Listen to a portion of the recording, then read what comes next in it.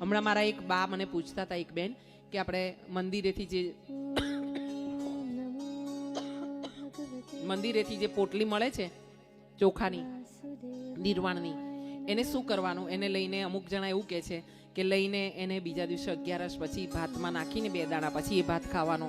મેં એમને એમ કીધું કે બધા બધું જ કહેશે તમને, બધા બધું જ કહેશે, 11 આમ કરો, આમ ના કરાય, આમ ઉપવાસ કરો, આમ કપડાં પહેરો, આમ, પણ કશું ના થાય ને તો ખાલી નામ લેજો, રામ રામ, હરે કૃષ્ણ સીતારામ સીતારામ સીતારામ, જય અંબે જય અંબે. હા, આવી રીતે નામ લેજો. તમારા કરેલા બધા જ કર્મોને ધોઈ નાખવાનું આ સબળ પાસું જે છે ને એ આ નામ છે. તમારા મોઢેથી નીકળેલું નામ એ તમારા બધા જ પાપને ધોઈ નાખશે.